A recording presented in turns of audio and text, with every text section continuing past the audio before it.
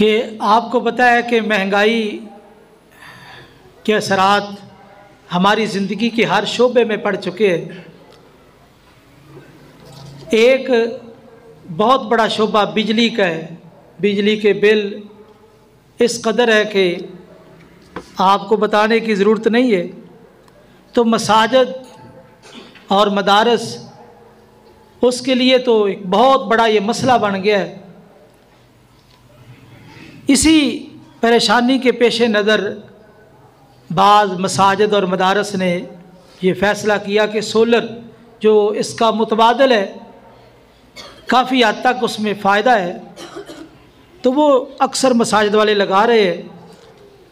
تو مشاورت کے بعد یہ بات طے پائی ہے کہ ہم اس مسجد میں بھی سولر سسٹم لگوا لیں۔ اس کا ٹوٹل خرچہ تو غالباً 16 لاکھ کے قریب ہے۔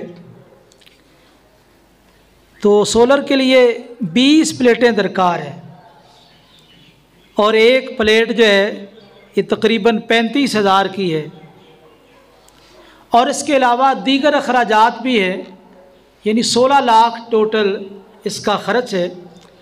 تو اس حوالے سے آپ سے درخواست ہے کہ آپ ضرور اس مرکز ابراہیم کے ساتھ تعاون فرمائیں۔ 20 پلیٹیں اگر ہم اس کو تقسیم کر لیں، ایک ایک ساتھی بھی اگر پلیٹ دے، دیکھو یہ ایک بہت بڑا صدقہ جاریہ ہے۔ ہم دنیاوی کاموں پہ کتنا خرچ کر لیتے ہیں۔ ہمارے رشتہ داروں میں ایک شادی آ جائے، یہ 35-40 ہزار تو یہ بآسانی خرچ ہو جاتا ہے۔ تو یہ ایک صدقہ جاریہ ہے، جب تک وہ پلیٹ چلتی رہے گی، نمازی نماز پڑھیں گے، اور اسی طرح آگے رمضان آ رہا ہے، اسی طرح باقی یہاں شعبہ حفظ کی کلاس بھی ہے۔ تو یہ مستقل ایک نیکیوں کا سلسلہ شروع ہو گیا ہے۔ اور نبی کریم صلی اللہ علیہ وسلم نے فرمایا، بندہ کہتا ہے کہ میرا مال میرا مال میرا مال۔ بندے کا مال 3 قسم کا ہے، جو اس نے کھا لیا، ہضم کر لیا، پہن لیا، بوسیدہ کر دیا، اور اسی طرح جو صدقہ کر لیا، ذخیرہ بنا دیا۔ باقی مال وارثوں کا ہے، ہمارا نہیں ہے۔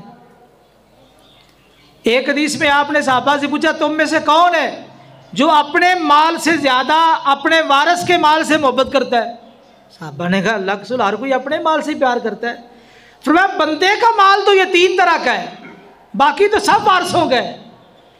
تو اس لیے اپنے ہاتھ سے جو انسان صدقہ کرے، اور ایک حدیث میں آیا افضل صدقہ یہ ہے کہ آدمی جب صحت مند ہو، تندرست ہو، پیسے کی ضرورت ہو، اس وقت صدقہ کرے، تو یہ افضل صدقہ ہے، اللہ کو یہ بڑا پسند ہے۔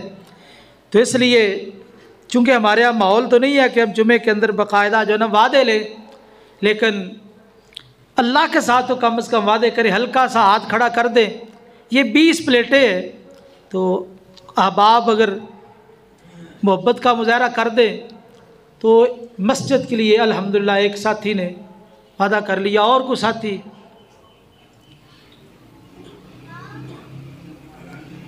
دو، چلو جی کوشش کریں انشاءاللہ، اللہ تعالیٰ آپ کو جزائے خیر دے۔ یہ بہت بڑا صدقہ جاریہ ہے۔ تھوڑی سی 3 پلیٹیں ہو گئی۔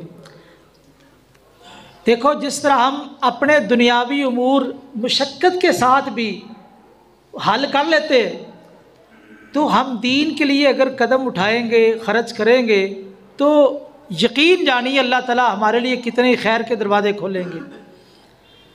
تو نبی کریم صلی اللہ علیہ وسلم کی ایک اور آپ حدیث سن لیں۔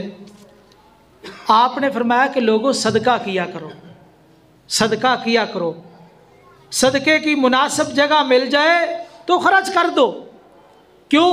ایک وقت ایسا بھی آئے گا بندہ مٹھی بھر کے سونا نکلے گا، جس بندے کے پاس جا کے صدقہ لے لو، وہ کہے گا مجھے ضرورت نہیں ہے، مجھے ضرورت نہیں ہے۔ ایسا وقت بھی آئے گا کہ آپ کا صدقہ لینے والا بندہ نہیں ہوگا۔ تو یہ ہماری مسجد ہے، ہم اس سے فائدہ اٹھا رہے ہیں، جمعہ پڑھ رہے ہیں، نمازیں پڑھ رہے ہیں، بچے پڑھ رہے ہیں، تو ہماری مسجد ہے، اس میں ہم نے ہی انشاءاللہ یہ سارے کام کرنے ہیں اللہ تعالیٰ کی رحمت سے۔ ہاں جی، کوئی مزید کو ساتھی زیادہ دیر تو نہیں لگانی، چلو کوئی محبت کا اظہار کرے تو اللہ تعالیٰ جزائے